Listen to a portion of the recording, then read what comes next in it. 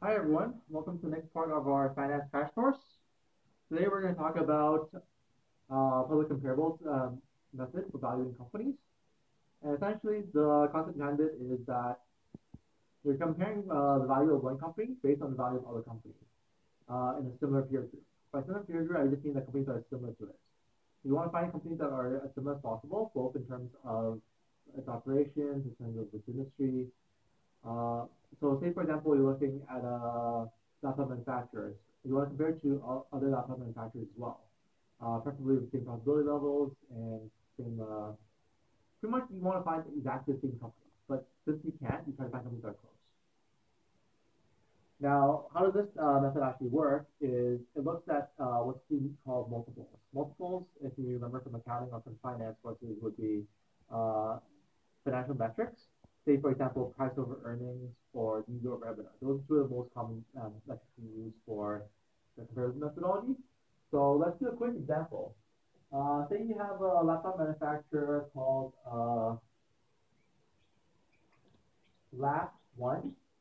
Okay, their current price is trading for $20 a share. They earn $10 a year. Okay, so $10 of earnings per year. And so therefore their price over equity ratio is 2, okay? It's just essentially it's P divided by E. So you have 2. Then you have a laptop manufacturer, 2, makes, say, $40 current stock price per share with $20 of earnings per year per share. So that's essentially UCS actually. And then that's price per share. Uh, so the same price earnings ratio. So you take several companies, and then you take the average. So by average, I mean the mean and the median.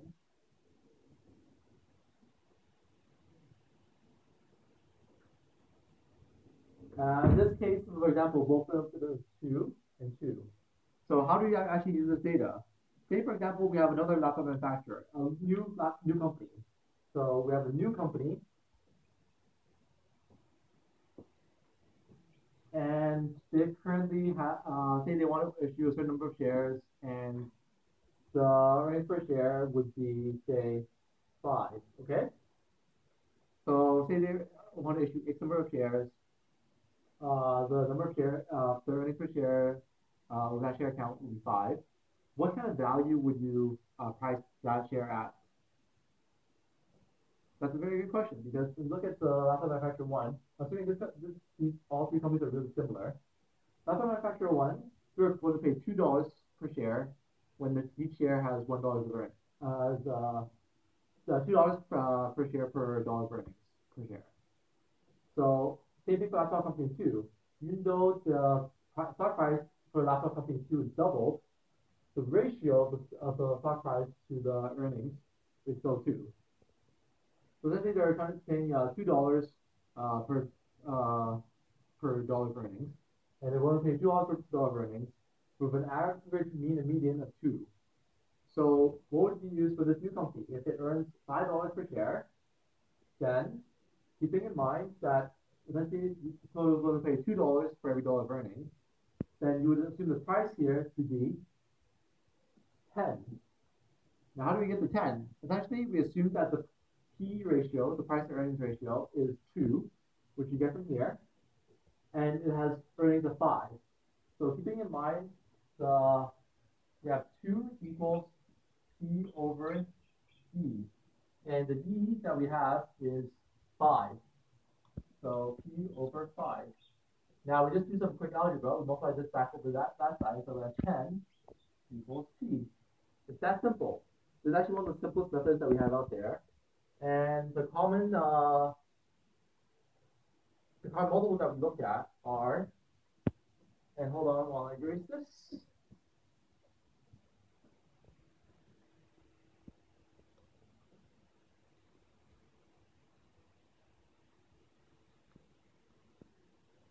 The common multiples that we look at are the price to earnings,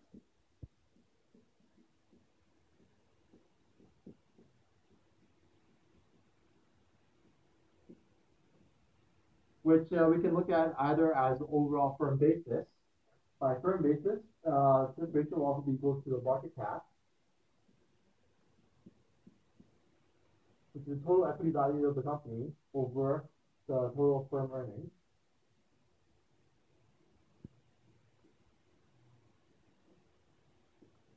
Or you can just look at a price per share over earnings per share. So we gotta look at it on a per share basis or on an overall firm basis. Either way, it's the same. So that's one way to look at it. The upside of this is that it's very relatable to the stock price. The downside is that it's a little hard to compare because this firm price includes the debt and therefore it includes the effect of the capital structure. So another ratio that we use is the enterprise value over EBITDA.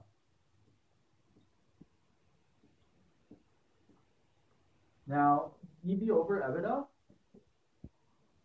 is a common model that's used. I actually believe this one more often, especially by people in investment banking, because it represents it's capital neutral, and also the EV represents the take for valuation. The enterprise value we'll cover in our ratios a little bit later. And this is just the earnings before interest, taxes, depreciation, and amortization. It's also known as, I guess, it's a very common measure used in banking as well. So those are the two ratios that we normally use: the key ratio, the price to earnings, and also EV over EBITDA ratio. But some typically use other companies as well. So say, for example, for technology startups might use EV over users, for example. So it measures by users or by sales to companies that might not be profitable. Now, when can you not use PE?